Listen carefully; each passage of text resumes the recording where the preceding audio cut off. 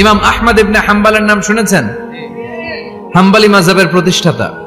হানাফি, শাফিঈ, মালিকি, 4 নাম্বারটা আপনারা বলেন। হাম্বলি। এই হাম্বলি মাযহাবের ইমামের নাম আহমদ ইবনে হাম্বল। জগৎ বিখ্যাত মুহাদ্দিস। একক স্বতন্ত্র হাদিসের কিতাব হিসেবে পৃথিবীতে সবচেয়ে বড় যে হাদিসের কিতাব, ওইটার নাম মুসনাদ আহমদ ইবনে হাম্বল। 40,000 হাদিসের কালেকশন আছে এটা। এই ইমাম আহমদ ইবনে হাম্বল ওনার শেষ জীবনটা হাদিস পড়ানো, হাদিস কালেকশনের জন্য ব্যয় করেছেন। শহরের পর শহর, দেশ থেকে দেশান্তরে ঘুরতেন একটা হাদিসের জন্য। উনি সফরে বেরিয়েছেন হাদিস কালেকশনের জন্য। প্রচন্ড শীতের রাত, উনি মাগরিবের নামাজ, এশারের নামাজ পড়ে একটা মসজিদে শুয়ে পড়লেন, আর শুয়ে শুয়ে হাদিস পড়তেছেন। কি পড়তেছেন? কথা বলেন। আর মনে মনে ভাবলেন রাতটা মসজিদে কাটায় দেই, ফজরের নামাজ পড়ে আবার বেরোবো। কিন্তু দারোয়ান এসে বলে মসজিদে থাকতে পারবেন না, ওঠেন। দারোয়ান আছে না? কথা কন। আহমদ ইবনে হাম্বল বললেন, আমি শুধু রাতটা থাকতে চাই, আমি তো ফজরেরও মুসল্লি, ফজর নামাজ পড়বো তো এই মসজিদে, আমার থাকতে দাও। দারোয়ান তো দেয় না, কেন? মসজিদে থাকার জায়গা না, যান মিয়া। উনি যে আহমদ ইবনে হাম্বল এটা চিনে নাই, থাকতে দেয় না। কি করবে এখন? উনি কাঁথা গুছিয়ে হাদিসের কিতাব নিয়ে কাঁধের মধ্যে ব্যাগ নিয়ে মসজিদ থেকে বেরোয় গেলেন। কি আর করবেন, প্রচন্ড শীত, আর কাঁপতেছেন, বুড়ো মানুষ। পথিমধ্যে দেখলেন বাজার একজন খাব্বাজ, শাবুন খাব্বাজ, যুবক রুটি বিক্রেতা। সে রুটি বিক্রি করে, চুলার মধ্যে রুটি সেকে। সে যে সালাম দিল, আসসালামু আলাইকুম। যুবক বলে, ওয়ালাইকুম আসসালাম। আহমদ ইবনে হাম্বল বলে, যুবক, আমার যাওয়ার জায়গা নেই, সফরে বেরিয়েছি, খুব শীতে কষ্ট পাচ্ছি, রাতে যদি তোমার এই চুলা থেকে একটু আগুন পোহাই, কোনো সমস্যা? যুবক বলে, না না, সমস্যা না, আহলান ওয়া সাহলান, খোশ আমদেদ, আসেন আসেন, আপনি আগুন পোহাইলে আমার সমস্যা কি? সুবহানাল্লাহ পড়েন। আল্লাহ শুকরিয়া করে উনি বসলেন আর আগুন পোহাচ্ছেন। আর খেয়াল করলেন যুবক রুটি বানায় আর পরে আস্তাগফিরুল্লাহ, রুটির দলা বানায় পরে আস্তাগফিরুল্লাহ, খামির বানায় আর পরে আস্তাগফিরুল্লাহ, রুটি নিয়ে উনুনের ভিতরে, চুলার ভিতরে সেকা দেয় আর পরে আস্তাগফিরুল্লাহ। দোকানদারের কাছে কেউ আসলেই সে রুটি দেয় আর পরে আস্তাগফিরুল্লাহ। ক্রেতার কাছ থেকে টাকা নিয়ে ক্যাশ বক্সে রাখে আর কি পড়ে? আবার রুটি বানানো শুরু করে আর কি পড়ে? খালি এটাই পড়তেছে। ইমাম আহমদ ইবনে হাম্বল তো অবাক, কিরে এটা আবার কেমন যুবক, খালি আস্তাগফিরুল্লাহ। উনি প্রশ্ন করলেন, যুবক, ঘটনা কি? আসার পর থেকেই তোমার দেখতেছি তুমি রুটি বানাও, রুটি বিক্রি করো আর পড়ো আস্তাগফিরুল্লাহ, মালাকা ইয়া শাবাব। যুবক বলে, আস্তাগফিরুল্লাহ আমার সবচেয়ে বেশি পছন্দের আমল, আমি সব সময় আঠার মতো ইস্তেগফারের সাথে লেগে থাকি আর সব সময় পড়তে থাকি আস্তাগফিরুল্লাহ, আর এর বদৌলতে আল্লাহ আমারে মুস্তাজাবুদ দাওয়া বানিয়ে দিয়েছে। সুবহানাল্লাহ। আহমদ ইবনে হাম্বল তো অবাক, আনতা মুস্তাজাবুদ দাওয়া, তুমি মুস্তাজাবুদ দাওয়া, রুটিওয়ালা? আমি এত বছর হাদিস পড়াই, আমিও তো মুস্তাজাবুদ দাওয়া না, আর তুমি রুটি বেচো বাজারে, তুমি মুস্তাজাবুদ দাওয়া, তুমি দোয়া করলে সব কবুল হয়ে যায়? যুবক বলে, নাম আনা মুস্তাজাবুদ দাওয়া, আমি আমার জীবনে যত দোয়া করেছি কবুল করে নিয়েছে কে? আল্লাহ। সব দোয়া কবুল করে নিয়েছে আল্লাহ, একটা দোয়া ছাড়া। কয়টা? আহমদ ইবনে হাম্বলের কৌতূহল, কিউরিওসিটি আরো বেড়ে গেল। কি? সব দোয়া কবুল হয়েছে, একটা দোয়া ছাড়া? মাযালিকা দুআ ইয়া শাব, কি সেই দোয়া? যুবক এবার বলতে শুরু করলো, আমার জীবনে যে দোয়াটা আল্লাহ কবুল করে নাই সেটা হচ্ছে আমি আল্লাহর কাছে অনেক চেয়েছি, অনেক দোয়া করেছি যে আল্লাহ, শুনেছি এই জামানার সবচেয়ে বড় মুহাদ্দিস, তার নাম নাকি ইমাম আহমদ ইবনে হাম্বল। আল্লাহ, তোমার কাছে আমার চাওয়া, আমি যেন এই ইমাম আহমদ ইবনে হাম্বলের দেখে মরতে পারি, আমি যেন ইমাম আহমদ ইবনে হাম্বলের হাতে হাত রেখে মুসাফা করতে পারি আর তার কপালে একটা চুমু এঁকে দিতে পারি। আহমদ ইবনে হাম্বল আবেগপ্রবণ হয়ে গেলেন, চোখের পানি ছেড়ে দিলেন, বললেন, যুবক, তোমার এই দোয়াটাও কবুল হয়ে গিয়েছে। আহমদ ইবনে হাম্বলের দেখা আর সাক্ষাৎ পাওয়ার জন্য আহমদ ইবনে হাম্বলের বাড়িতে তোমার যাওয়ার দরকার নাই, আহমদ ইবনে হাম্বল তোমার দরবারে ছুটে এসেছে। আনা আহমদ ইবনে হাম্বল মুহাদ্দিসুদ দাহর, আমি নিজেই আহমদ ইবনে হাম্বল। যুবক চোখের পানি ছেড়ে দেয়, আহমদ ইবনে হাম্বল চোখের পানি ছেড়ে দেয়। যুবক চিৎকার মেরে ইমাম আহমদ ইবনে হাম্বলকে জড়িয়ে ধরে, হাতে হাত রেখে মুসাফা করে, কপালের মধ্যে চুমু খায় আর আল্লাহর শুকরিয়া করে বলে, ও ইমাম, আসলে এই দোয়াটাও আল্লাহ আজকে কবুল করে নিল। বিশ্বাস হয়? সবসময় ইস্তেগফার পড়লে আপনার দোয়াগুলোর এইভাবে কবুল করে নেবে কে? এই পাঁচটা জিনিস পাবেন সবসময় যদি ইস্তেগফারের সাথে লেগে থাকেন। রাজি আছেন তো? এই জন্য বিশ্বনবী সব সময় নামাজে সালাম ফেরানোর পরে পড়তেন আস্তাগফিরুল্লাহ। কি পড়তেন? আস্তাগফিরুল্লাহ। 3 বার পড়তেন আস্তাগফিরুল্লাহ, আস্তাগফিরুল্লাহ, আস্তাগফিরুল্লাহ। পড়তে রাজি আছেন? জি ইনশাআল্লাহ। ইস্তেগফারের অনেকগুলো আলফাজ আছে, সবচেয়ে ছোট ইস্তেগফার হচ্ছে এটা, আস্তাগফিরুল্লাহ, আস্তাগফিরুল্লাহ। আরো আছে আস্তাগফিরুল্লাহ আল্লাযী লা ইলাহা ইল্লা হুয়াল হাইয়ুল কাইয়্যুম আতুবু ইলাইহি। বিষ্ণু বলেন এই ইস্তেগফারটা যদি কেউ পড়ে, আত-তাওয়াল্লি মিন ইয়াউমিজ জাহাফ, যুদ্ধের ময়দান থেকে পালিয়ে আসা কবিরা গুনাহ। কি গুনাহ? কাফেরদের সাথে যুদ্ধ, আমি তাগড়া যুবক, তলোয়ার নিয়ে নেমেছি, আমার দেহের এক ফোঁটা রক্ত থাকা পর্যন্ত আমি যুদ্ধ চালিয়ে যাব, আমি ফিরে আসতে পারবো না, আইনটা কার? ফিরে আসলে কবিরা গুনাহ। বিশ্বনবী বলেন যুদ্ধের ময়দান থেকে ফিরে এসেছে এরকম কবিরা গুনাহ অবলম্বনকারীও যদি আস্তাগফিরুল্লাহ আল্লাযী লা ইলাহা ইল্লা হুয়াল হাইয়ুল কাইয়্যুম ওয়া আতুবু ইলাইহি পড়ে, ওই কবিরা গুনাহকারীকেও ক্ষমা করে দিবে কে? করতে রাজি আছেন তো? আবার সাইয়েদনা আবু বকর বললেন ইয়া রাসূলুল্লাহ আল্লিমনি দুআআন আদউ বিহি ফি সালাতি, এমন দোয়া আপনি আমারে শিক্ষা দেন যে এই দোয়াটা আমি নামাজে পড়তে পারি। বিশ্বনবী বললেন পড়ো আল্লাহুম্মা ইন্নী যালামতু নাফসি যুলমান কাসীরান ওয়া লা ইয়াগফিরুয যুনুবা ইল্লা আনতা ফাগফিরলি মাগফিরাতাম মিন ইনদিক ইন্নাকা আনতাল গফুরুর রহিম। সুবহানাল্লাহ পড়েন। এটাও ইস্তেগফার। আমরা এটার বলে দোয়া মাসুরা, সালাম ফেরানোর আগে পড়ি না? যেখানেই ক্ষমা চাওয়ার কথা আছে ওইটারই কি বলে? ইস্তেগফার। আল্লাহুম্মা ইন্নী যালামতু নাফসি, আল্লাহ জুলুম করেছি, যুলমান কাসীরা, অনেক জুলুম, ওয়ালা ইয়াগফিরুয যুনুবা ইল্লা আনতা, তুমি ছাড়া এই গুনাহ ক্ষমা করার তো কেউ নাই, ফাগফিরলি মাগফিরাতাম মিন ইনদিক, তোমার দয়ায় আমারে ক্ষমা করে দাও, ইন্নাকা আনতাল গফুরুর রহিম, তুমি হলা ক্ষমাশীল। ঠিক কি না? এটাও ইস্তেগফার, এটাও পড়বেন। আর এই সব ইস্তেগফারের শ্রেষ্ঠ ইস্তেগফারের নাম সাইয়্যিদুল ইস্তেগফার। যত ইস্তেগফার হতে পারে এর মধ্যে সবচেয়ে শ্রেষ্ঠতম ইস্তেগফার নাম কি? কথা কন। বুখারীর বর্ণনা, শাদ্দাদ ইবনে আউস রাদিয়াল্লাহু তাআলা আনহু বর্ণনা করেন, এই সাইয়্যিদুল ইস্তেগফার দিনের বেলা যে পড়বে ওই দিনে মারা গেলে সে জান্নাতি। এই সাইয়্যিদুল ইস্তেগফার রাতের বেলা যে পড়বে ওই রাতে যদি ইন্তেকাল হয় ওই লোকটা জান্নাতি। মুখস্থ আছে না? কার কার মুখস্থ? হাত তুলেন। মাশাআল্লাহ, তাবারাকাল্লাহ, মাশাআল্লাহ, মাশাআল্লাহ। আর যাদের নাই তাদের হোমওয়ার্ক, তাদের আল্লাহুম্মা আনতা রাব্বি লা ইলাহা ইল্লা আনতা খালাকতানি ওয়া আনা আবদুক ওয়া আনা আলা আহদিকা ওয়া ওয়া'দিকা মাস্তাতা'তু আউযু বিকা মিন শাররি মা সানা'তু আবু'ু লাকা বিনি'মাতিকা আলাইয়া ওয়া আবু'ু লাকা বিযামবি ফাগফিরলি ফাইন্নাহু লা ইয়াগফিরুয যুনুবা ইল্লা আনতা। সুবহানাল্লাহ পড়েন। সুবহানাল্লাহ। আজকে রাতে পড়ছেন, মারা গেলে জান্নাতি। চিল্লায় পড়েন না আল্লাহু আকবার। এজন্য বিশ্বনবী বলেন আমার আগের গুনাহ মাফ, পরের গুনাহ মাফ, তারপরেও প্রতিদিন আমি 70 বার তওবা ইস্তেগফার পড়ি। আজকে থেকে পড়তে রাজি আছেন তো? ইনশাআল্লাহ। বেশি বেশি ইস্তেগফার পড়া যাবে না? একটু প্রাণ খুলে দিল খুলে আওয়াজ করে পড়েন তো আস্তাগফিরুল্লাহ। আর জোরে পড়েন আস্তাগফিরুল্লাহ। আবার সবাই পড়েন আস্তাগফিরুল্লাহ। সব সময় তওবা ইস্তেগফার যারা পড়ে তাদেরকে পছন্দ করে কে? আল্লাহ। সব সময় জিকির করে করে জিহ্বাটারে যারা ভিজিয়ে রাখে তাদেরকেও পছন্দ করে কে?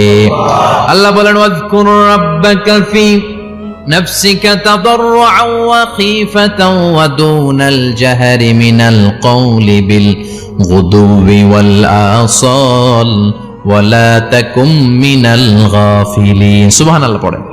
আল্লাহ বলেন ওয়াজকুর রাব্বাকা ফি নাফসিক, আল্লাহরে মনে মনে ডাকো, তাদাররুআন ওয়া খীফা, আল্লাহর জিকির করতে আল্লাহ বলেছেন ফি নাফসিক। বুঝতেছেন না অর্থ? ফি নাফসিকা, মনে মনে আল্লাহর জিকিরটা করো। তাদাররুআন ওয়া খীফা, তাদাররুআন মানে বিনয়ের সাথে, with full of humility, submission and humbleness, বিনয়ের সাথে আল্লাহরে ডাকো। ওয়া খীফা, গোপনে গোপনে ডাকো। দুনাল জাহারি মিনাল কওল, চিৎকার চেঁচামেচি করে ডেকো না। কার কথা? আওয়াজ করে জিকির করো না। এই যে আমরা মাহফিলে লা ইলাহা ইল্লাল্লাহ জিকির করে, এটা তালিমান। উদ্দেশ্য কি?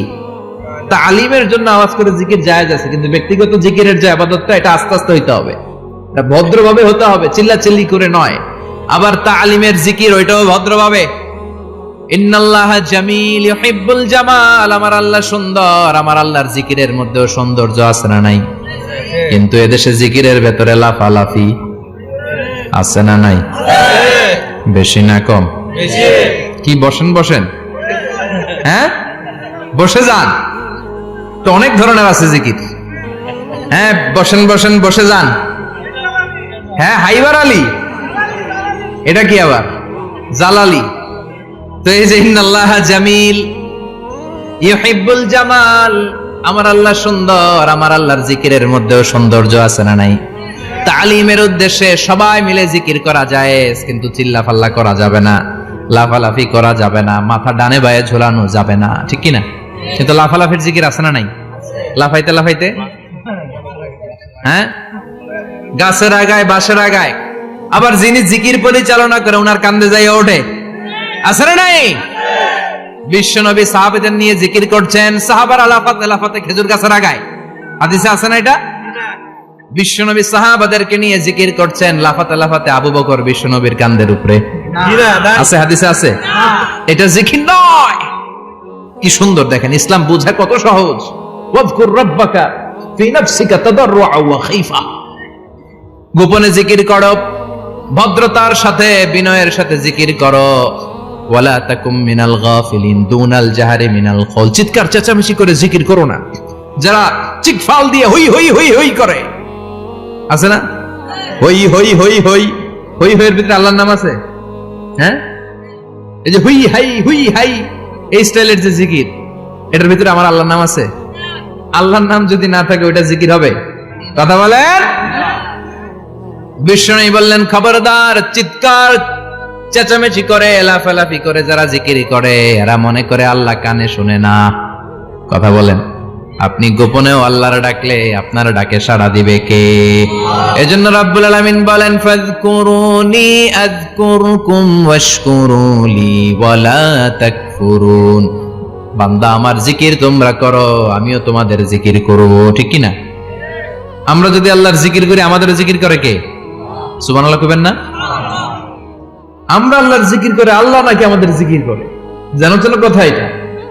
আবার হাদিসে কুদসিতে আল্লাহ বললেন ফাইন যাকারানি ফি নাফসি যাকারতুহু ফি নাফসি, আমার বান্দা যদি একা একা আমার জিকির করে আমি আমার বান্দারে একা একা স্মরণ করি। ওয়া ইন যাকারানি ফি মালাইন যাকারতুহু ফি মালাইন খায়রিম মিনহু, এরকম মহা সম্মেলন করে যদি কেউ আমি আল্লাহর জিকির করে আমি এর চেয়েও বড় মহা সম্মেলন ফেরেশতাদেরকে নিয়ে করে আমার বান্দারে স্মরণ করি। ওয়া ইন তাকাররাবা ইলাইয়া শিবরান তাকাররাবতু ইলাইহি যিরাআন, আমার বান্দা যদি আমার দিকে এক বিঘত আসতে চায় আমি আমার বান্দার দিকে এক হাত এগিয়ে যাই। আমার বান্দা যদি আমার দিকে এক হাত আসতে চায় আমি আমার বান্দার দিকে দুই হাত যাই। ওয়া ইন আতানি ইয়ামশি আতাইতুহু হারওয়ালা, আমার বান্দা যদি আমার দিকে হেঁটে হেঁটে আসতে চায় আমি আমার বান্দার দিকে দৌড়ে দৌড়ে যাই। সুবহানাল্লাহ পড়েন। এজন্য বিশ্বনবী বলেন লা ইয়াজালু লিসানুকা রাতবাম মিন যিকরিল্লাহ, আল্লাহর জিকির দিয়ে জিহ্বাটারে ভিজিয়ে রাখবা। কার কথা? চিল্লায় বলেন কার কথা? সবসময় আল্লাহর জিকির করতে রাজি আছেন তো? সবচেয়ে শ্রেষ্ঠ জিকির বিশ্বনবী বললেন আফদালু যিকরি লা ইলাহা লা ইলাহা লা ইলাহা ইল্লাল্লাহু মুহাম্মাদুর রাসূলুল্লাহ সাল্লাল্লাহু, সবচাইতে শ্রেষ্ঠ জিকির লা ইলাহা, এর চেয়ে শ্রেষ্ঠ জিকির আছে? কথা বলেন। বিশ্বনবী বললেন মান ক্বালা লা ইলাহা ইল্লাল্লাহ সিদকান মিন কলবিহি, একনিষ্ঠতার সাথে অন্তর থেকে কেউ যদি জীবনে একবার বলে লা ইলাহা ইল্লাল্লাহ দাখালাল জান্নাহ, তার যদি পাপ থাকে অন্যায় থাকে ওই পাপ আর অন্যায়ের শাস্তিগুলার পরে কোনো না কোনো দিন আমার ওই বান্দা জান্নাতে ঢুকবে। একবার যদি খালিসান মিন কলবিহি সে পড়ে লা ইলাহা ইল্লাল্লাহ, তার জন্য জান্নাতকে অবধারিত করে দিয়েছে কে? আবার এটার নাম আল্লাহ দিয়েছে কালিমায়ে, কথা বলেন। দরাবাল্লাহু মাসালান কালিমাতান তাইয়িবাতান কাশাজারাতিন তাইয়িবাতিন আসলুহা সাবিতুন ওয়া ফারউহা ফিস সামা। সুবহানাল্লাহ। পবিত্র বাণী এটা কালিমায়ে তাইয়িবা। আবু সাঈদ আল খুদরি থেকে বর্ণিত, মুস্তাদরাকে হাকিম আর সহিহ ইবনে হিব্বানে এসেছে, বিশ্বনবী বলেন মুসা আলাইহিস সালাম আল্লাহর একবার প্রশ্ন করলেন, ইয়া রাব আল্লিমনি দুআন আদউ বিহি, আপনি আমার এমন একটা জিকির শিক্ষা দেন যে জিকির দিয়ে আমি শুধু আপনার জিকির করব, কেউ এই জিকির করতে পারবে না। এই জিকির জানবো শুধু আমি, আর জানবেন কথা কোন? প্রশ্ন করছে কে? হ্যাঁ, কাকে করেছে? আল্লাহ এমন একটা জিকির শিখান যেই জিকির কেউ জানে না, আমি জানবো, আর ওই জিকির দিয়ে প্রাণ ভরে আপনারে ডাকবো। আল্লাহ বললেন, মুসা পড়ো লা ইলাহা লা ইলাহা ইল্লাল্লাহু মুহাম্মাদুর রাসূলুল্লাহ। মুসা আলাইহিস সালাম বললেন, আল্লাহ চাইলাম কি, কইলেন কি? লা ইলাহা তো জাতীয় জিকির, এটা তো আন্তর্জাতিক জিকির, এটা জানে না এমন কেউ নাই। এমনকি হিন্দু ভাইরাও জানে, কথা কন।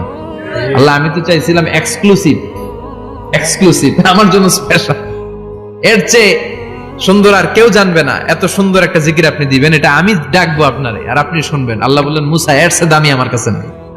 আল্লাহু আকবার। লাউ তাদউ লা ইলাহা ইল্লাল্লাহ ফি কাফা, লা ইলাহা রে যদি মুসা এক পাল্লায় রেখে দাও, ওয়াস সামাওয়াতু সাবউ ওয়াল আরদিন, সাত আকাশ সাত জমিন যদি আরেক পাল্লায় রেখে দাও, লা ইলাহা এক পাল্লায়, সাত আকাশ সাত জমিন আরেক পাল্লায় ওজন যদি দাও, লা রাজাহাত কাফাতু লা ইলাহা ইল্লাল্লাহ, মুসা দেখবা মুহূর্তের মধ্যে লা ইলাহা ইল্লাল্লাহর পাল্লা ভারী হয়ে গেছে।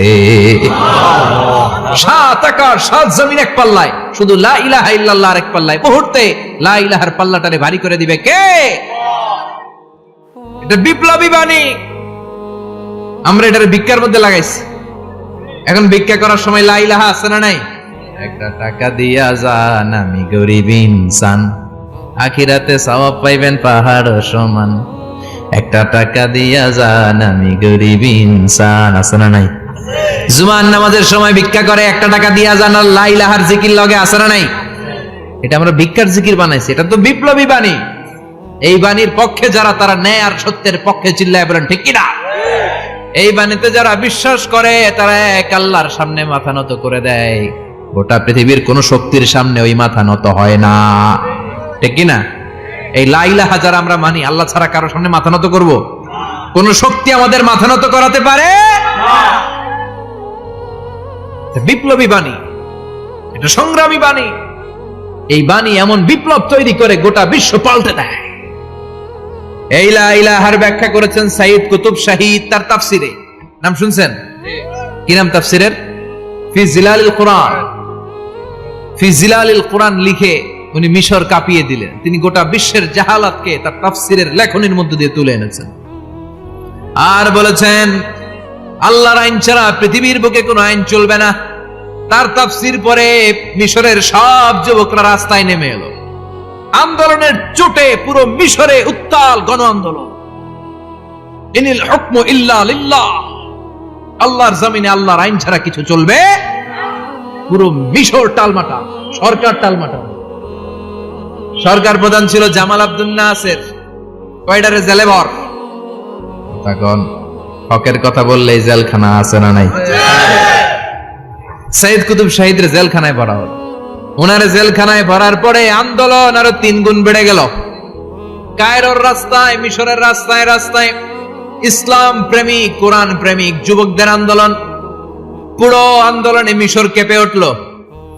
মিশর ব্যাপী আন্দোলনের গণজোয়ার। সরকারের অবস্থা খারাপ। সরকার এবার ঘোষণা দিল, সাইয়্যিদ কুতুব শাহীদ মিশরের যুবকদেরকে আন্দোলনে ঠেলে দেওয়ার কারণে তাকে মৃত্যুদণ্ড দেয়া হলো, ফাঁসি। যুগে যুগে কোরআনের পক্ষে যারা, এদের কাছে ফাঁসির রশি আছে না নাই? কিন্তু এই ফাঁসির রশিকে তারা থোড়াই কেয়ার করে চিল্লায় বলেন ঠিক কিনা? ফাঁসি, সাইয়্যিদ কুতুব শাহীদের ফাঁসির রায় দেয়া হলো। আদালত থেকে ফাঁসির রায় বহাল রাখা হলো। যেদিন ফাঁসি দেওয়া হবে তার 1 ঘন্টা আগের ঘটনা। কারা কর্তৃপক্ষের নিয়ম অনুযায়ী, জেল কোডের নিয়ম অনুযায়ী, জেলখানার যিনি ইমাম আছে না, উনি 1 ঘন্টা আগে আইসা এই কালিমা পড়ায়, যারা ফাঁসি দেওয়া হবে এর পড়ায় লা ইলাহা মুহাম্মাদুর। তো সাইয়্যিদ কুতুব শাহীদকে কালিমা পড়ানোর জন্য ইমাম সাহেব আসছে। ফাঁসির বাকি কয় ঘন্টা, এসে বলে, সাইয়্যিদ কুতুব শাহীদ আপনি পড়েন লা ইলাহা ইল্লাল্লাহ। সাইয়্যিদ কুতুব শাহীদ বলে, আমারে তুই কালিমা শিখাইস না, আমি কালিমা খুব ভালো জানি, যেই কালেমা পড়ানোর কারণে সরকার তোরে বেতন দেয়, ওই কালিমার ব্যাখ্যা করার কারণে সরকার আজকে আমারে ফাঁসি দেয়। তুই কালিমা পড়াস, তোরে টাকার বান্ডিল দেয়, আমি কালিমার ব্যাখ্যা করার কারণে ফাঁসির মঞ্চে দাঁড়াই। চিল্লায় বলেন ঠিক কিনা? তার মানে তোর কালিমা আমার কালিমা এক কালিমা না, এই দুই কালিমার মধ্যে পার্থক্য আছে না নাই? তোর ইমানি চেতনা আমার ইমানি চেতনা এক ইমানি চেতনা নয়। তোরে টাকা দেয়, আমারে ফাঁসি দেয়, তার মানে দুই চেতনা আলাদা। চিল্লায় বলো ঠিক কিনা? এজন্য আল্লাহ ডেকে বললেন, গোলাম এটা বিপ্লবী বাণী। এই কালেমার আন্দোলন যারা করে তারা আল্লাহ ছাড়া পৃথিবীর কাউরে ভয় পায় না, আর তারা চায় কালেমার পতাকা পৃথিবীর মধ্যে যেন পথ পথ করে উড়ে। ঠিক কিনা? বাংলার জমিনে কালেমার পতাকা উড়ুক, আমরা চাই কি চাই না? কোনো একদিন এদেশের আকাশে কালিমার পতাকা উড়বে, সেদিন সবাই খোদাই বিধান পে দুঃখ বেদনা ভুলবে।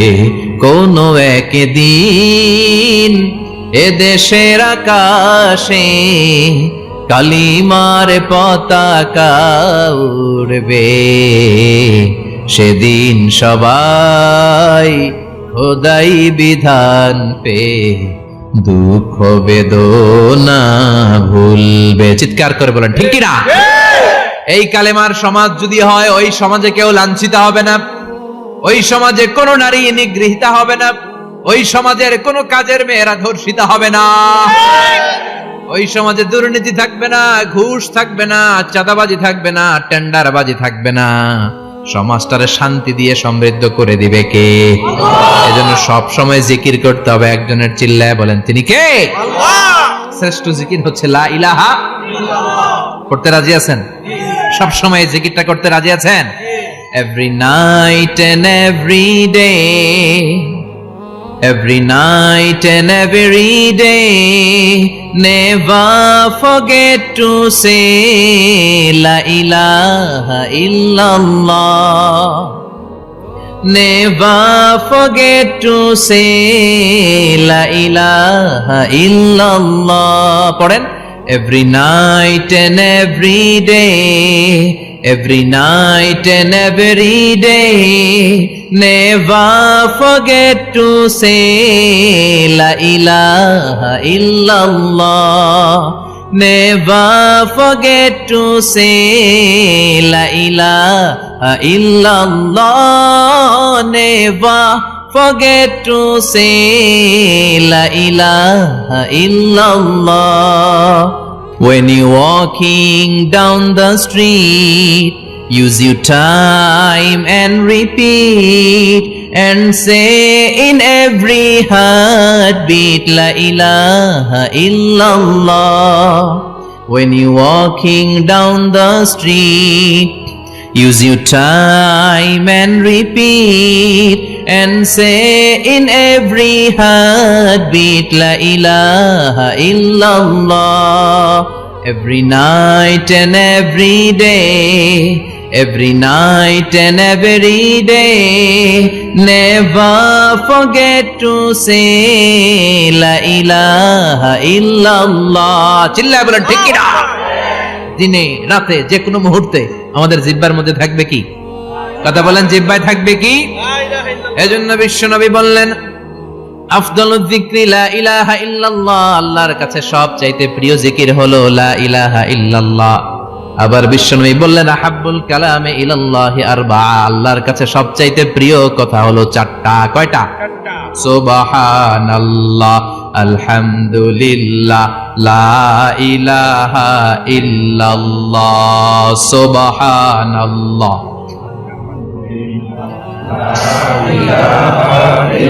লা ইলাহা ইল্লাল্লাহ, মুহাম্মাদুর রাসূলুল্লাহ। সুবহানাল্লাহ পড়েন। চারটা কথা আল্লাহর কাছে সবচেয়ে প্রিয়। একটা হচ্ছে সুবহানাল্লাহ, আরেকটা হচ্ছে আলহামদুলিল্লাহ, আরেকটা হচ্ছে লা ইলাহা ইল্লাল্লাহ, আরেকটা হচ্ছে আল্লাহু আকবার। এই যে শুরুতে তিনটা তাকবীর দিছি, এই তাকবীরটা আল্লাহর প্রিয় কথা যে চারটায়, চারটার মধ্যে একটা আছে না নাই? আওয়াজ করে পড়েন আল্লাহু আকবার। সবচেয়ে প্রিয় আল্লাহর কাছে এই চারটা কথা। লা ইয়াদুররুকা বিআইয়িহিন্না বাদাতা, বিশ্বনবী বললেন এই চারটার যেটা দিয়ে শুরু করতে মন চায় করো, কোনো সমস্যা নেই। সুবহানাল্লাহ পড়েন। এজন্য ফরজ নামাজের পরে এই তাসবিহগুলো পড়বেন। আব্দুল্লাহ ইবনে আমর ইবনে উলাস তিনি বর্ণনা করেন, আমি বিশ্বনবীকে আঙ্গুলের গিরা দিয়ে এই তাসবিহগুলো পড়তে দেখেছি। রাআইতুন নাবিয়্যা সাল্লাল্লাহু আলাইহি ওয়াসাল্লাম ইয়াকিদু তাসবিহা বিয়ামিনি, আমি বিশ্বনবীর ডান হাতের আঙ্গুলের গিরায় তাসবিহগুলোকে পড়তে দেখেছি। পড়তে রাজি আছেন? ডান হাত তোলেন, এই আঙ্গুলের করের মধ্যে এভাবে রাখেন, এভাবে রেখে নামাজের পরেই সুবহানাল্লাহ আলহামদুলিল্লাহ পড়তে রাজি আছেন? সুবহানাল্লাহ 33 বার, আলহামদুলিল্লাহ 33 বার, আল্লাহু আকবার 33 বার পড়তে রাজি আছেন সবাই? আল্লাহ তুমি কবুল করো। ফরজ সালাতের পরে আমরা মুনাজাত দেওয়ার জন্য পাগল হয়ে যাই। আসসালামু আলাইকুম ওয়া রাহমাতুল্লাহ, আসসালামু আলাইকুম ওয়া রাহমাতুল্লাহ, আমিন ইয়া আরহামার রাহিমিন। আসনা নাই? কিন্তু বিশ্বনবী সালাম ফেরানোর পরে সর্বপ্রথম যে আওয়াজটা করতেন সেটা হচ্ছে আল্লাহু আকবার। এরপর 3 বার পড়তেন আস্তাগফিরুল্লাহ, আস্তাগফিরুল্লাহ, আস্তাগফিরুল্লাহ। এরপর আয়াতুল কুরসি একবার। কয়বার?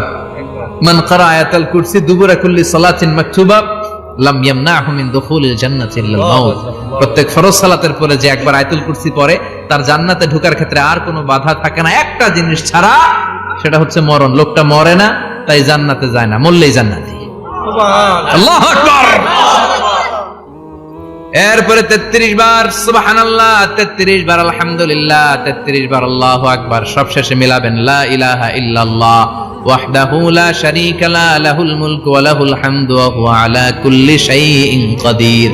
এরপরে পড়তেন আল্লাহুম্মা আনতাস সালাম ওয়া মিনকাস সালাম তাবারাকতা ইয়া যাল জালালি ওয়াল ইকরাম। এরপরে পড়তেন আল্লাহুম্মা লা মানিআ লিমা আ'তাইতা ওয়া লা মু'তিয়া লিমা মানা'তা ওয়া লা ইয়ানফা'ু যাল জাদ্দি মিনকাল জাদ। এরপরে পড়তেন আল্লাহুম্মা ইন্না নাসআলুকাল হুদা ওয়াত তুকা ওয়াল আফাফা ওয়াল গিনা। এরপরে পড়তেন আল্লাহুম্মা আ'ইন্না আলা যিকরিকা ওয়া শুকরিকা ওয়া হুসনি ইবাদাতিক। সুবহানাল্লাহ পড়েন। কত তাসবিহ, কত দোয়া। আবার ফজরের সময় পড়তেন আল্লাহুম্মা বিকা আসবাহনা ওয়া বিকা আমসাইনা ওয়া বিকা নাহইয়া ওয়া বিকা নামুতু ওয়া ইলাইকান নুশুর। সুবহানাল্লাহ পড়েন। এগুলো পড়ে না? আল্লাহুম্মা আমিন ইয়া আরহামার রাহিমিন। কত বড় ডাকাত। ফরজ সালাতের পরে তাসবিহগুলো পড়বেন। কথা বলেন, পড়তে রাজি আছেন সবাই? আর তাসবিহ শেষ হলে দোয়া করেন, সমস্যা নাই। দোয়া করতে হবে কার কাছে? বিশ্বনবী বললেন আর দোয়া মুখুল ইবাদা, দোয়া হলো ইবাদতের নির্যাস। যার দোয়া নাই ওর কিচ্ছু নাই। দোয়া করেন নাই তো নামাজে কাজ হবে না, দোয়া করেন নাই রোজায় কাজ হবে না। কথা কোন? আর দোয়া মুখুল ইবাদা, দোয়া হচ্ছে ইবাদতের নির্যাস। আবার তিরমিজির বর্ণনায় বললেন আর দোয়া হুয়াল ইবাদা, দোয়াটাই নাকি ইবাদত। দোয়াটা ইটসেলফ এইটাই ইবাদত। নামাজ যেমনি ইবাদত, রোজা যেমনি ইবাদত, হাত তুলে যে দোয়া করলেন এইটাও ইবাদত। সুবহানাল্লাহ পড়েন। এটা মুমিনের ওয়েপন, সিলাহুল মুমিন। সাপ্লিকেশন, দোয়ার ইংরেজিতে বলে সাপ্লিকেশন। সাপ্লিকেশন is the weapon of believers. এটা বিশ্বাসীদের অস্ত্র। সবকিছুর কারামতি যেখানে শেষ, দোয়ার কারামতি ওইখানে। এরকম অনেক শুনবেন ক্যান্সারে আক্রান্ত, দুরারোগ্য ব্যাধি, বাংলাদেশের চিকিৎসা শেষ, ইন্ডিয়া গেছে, কয় বাঁচবো 3 মাস। কয় মাস? এরপরে 7 বছর বাইসা ছিল। কেমনে বাঁচলো? কেমনে? দোয়া। দোয়ার পাওয়ার আছে না নাই? তবে দোয়াটা দোয়ার মতো হতে হবে। সিনসিয়ার দোয়া ইজ লাইক এ মিসাইল। একনিষ্ঠ দোয়া এটা মিসাইলের মতো। মিসাইল হামলা করলে ইঞ্চি ইঞ্চি যেখানে মিসাইল বোমাটা পড়ার কথা ঠিক ওখানে পড়বে। ড্রোন হামলা করলে ঠিক ওখানে, ব্যালিস্টিক ক্ষেপণাস্ত্র নিক্ষেপ করলে লক্ষ্য বস্তু যেমনি ভিত করে, তেমনি দোয়ার মতো দোয়া করলে মুহূর্তেই দোয়া কবুল হয়ে যায়। আমরা দোয়ার মতো দোয়া করতে জানি না, কেমন করে দোয়া করতে হয় আমাদের জানা নাই, এজন্য দোয়াও কবুল হয় না। চিল্লায় কোন ঠিক কিনা? কিন্তু আল্লাহ ওয়াদা দিয়েছেন উজিবু দাওয়াতাদ দাঈ ইযা, আমার বান্দা দোয়া করলে আমি দোয়া কবুল করি। আমার বান্দা চাওয়া মাত্রই আমি কবুল করে নেই। সুবহানাল্লাহ পড়েন। যত দোয়া আপনি করেছেন সব কবুল, সব। অল অফ ইউর দুআস আর অ্যাকসেপ্টেড। সব কবুল হইছে আল্লাহর কসম। অনেকে বলবে হুজুর এটা আবার কি কইলেন? এতক্ষণ তো ভালোই কইতেছিলেন। সব দোয়া আবার কবুল হয় কেমনে? আমি তো জীবনে কত কিছু চাইলাম, কত কিছু তো পাই নাই। আছেন এরকম অনেকে? অনেক পেরেশান, আফসোস করে হুজুর চাইলাম আল্লাহ দিল না। 4টা মাইয়া, এবার কাবা ধইরা চাই আইছি পোলার কথা, এটাও হইছে মাইয়া। আছে না নাই? 5টা ছেলে হইছে, মেয়ের জন্য বুকটা হাহাকার। হজে যে আরাফাতের ময়দানে চেয়ে আসলাম, এইবারও হইছে আরেকটা পোলা। আছে না নাই? কত কিছু চাইলাম, পাইলাম না, হুজুর দিল না আল্লাহ, বলে না? আপনার সব দোয়া কবুল, তবে কবুল হওয়ার 3টা সিস্টেম আছে। কয়টা? আপনি যত দোয়া করছেন সব কবুল, কারণ আল্লাহর কাছে কিছু চাইলে আল্লাহ ফিরায় দিতে জানে না। সুবহানাল্লাহ কোন? চাওয়া মাত্রই আল্লাহ বলে অ্যাকসেপ্টেড, যা কবুল, দিব না এটা বলতে জানে না, চাওয়া মাত্রই বলে দিব। 3 সিস্টেম। নাম্বার 1, আপনি আল্লাহর কাছে দোয়া করলেন, চাইলেন, আল্লাহ বলে দিব, বলেই তিনি দিয়ে দেন আর আপনি খুশি হয়ে যান, পেয়ে গেলেন। নাম্বার 2, আপনি আল্লাহর কাছে দোয়া করলেন, চাইলেন, তখনও আল্লাহ বলে দিব, তবে এখন না, সবুর, একটু পরে দিব। কখন দিলে আমার জন্য ভালো, আমার চেয়ে ভালো জানে কে? পরে দিবে। নাম্বার 3, চাইলেন, দোয়া করলেন, আল্লাহ তখনও বলে দেব, তবে এখনো না, পরেও না, কিয়ামতের দিন যেদিন বিপদে পড়বে ওই দিন দেব। যেদিন তোর বাবা তোরে চিনবে না, তোর মা তোরে চিনবে না, বন্ধু বন্ধুরে চিনবে না, পীর সাহেব মুরিদরে চিনবে না, মুরিদ পীর সাহেবরে চিনবে না, ইমাম সাহেব মুসল্লিরে চিনবে না, মুসল্লি ইমাম সাহেবরে চিনবে না, কেউ কাউরে চিনবে না। ওই কঠিন দিনে তোরে আমি বাঁচাইয়া দেব। তাই দোয়া যা করছেন ছোটবেলা থেকে আজকে পর্যন্ত, লস হয়েছে না লাভ? লস না লাভ? এজন্য বেশি বেশি দোয়া করার দরকার আছে না নাই? জীবনে যদি কোনো নেক আমল থাকে, ওই নেক আমল দিয়ে যদি আল্লাহর কাছে দোয়া করেন, দোয়া কবুল করে নিবে কে? তবে নেক আমলটা হইতে হবে শুধুমাত্র আল্লাহর সন্তুষ্টির জন্য। প্রত্যেকের জীবনেই কিছু আমল আছে যেটা লোক দেখানো করে, আছে না নাই? আবার কিছু আমল আছে আল্লাহরে খুশি করার জন্য করে, আছে না নাই? কথা বুঝতে পেরেছেন? রাত্রিবেলা যাচ্ছেন, কেউ নাই, রাস্তায় হঠাৎ দেখলেন মসজিদ, পাশে লেখা বড় করে দান বাক্স, পকেট থেকে কচকচে 1000 টাকার নোটটা ওইখানে ঢেলে দিলেন দান বাক্সের ভিতরে। কেউ দেখে নাই, দেখছে কে? আল্লাহ। এটা পৃথিবীর কাউরে দেখানোর জন্য দিছিলেন? এই দানটা আল্লাহর কাছে প্রিয়। গোপন দান আল্লাহর রাগকে কমিয়ে দেয়। সুবহানাল্লাহ বলেন। আল্লাকা সিররুন ইনদাল্লাহ বাইনাকা আনতা ওয়া বাইনাল্লাহ, আল্লাকা সাদাকাতুন তাখফা লা ইয়ালামুহা ইল্লাল্লাহ, আল্লাকা সিররুন ইনদাল্লাহ বাইনাকা আনতা ওয়া বাইনাল্লাহ, আল্লাকা সাদাকাতুন তাখফা লা ইয়ালামুহা ইল্লাল্লাহ। সুবহানাল্লাহ বলেন। আল্লাকা সিররুন ইনদাল্লাহ, তোমার আর তোমার রবের মাঝে এমন কোন গোপন জিনিস আছে নাকি যেটা আল্লাহ ছাড়া কেউ জানে না? তোমার কোনদিন কোন গোপন দান আছে নাকি যেটা আল্লাহ ছাড়া কেউ দেখেনি? ওই দানটা আল্লাহর কাছে প্রিয়। চিল্লায় বলেন ঠিক কি না? এরকম কোন গোপন আমল দিয়ে যদি আপনি আল্লাহর কাছে ওসিলা করে দোয়া করেন, আল্লাহ ওই কঠিন বিপদের দিনে এই আমলটা করছিলাম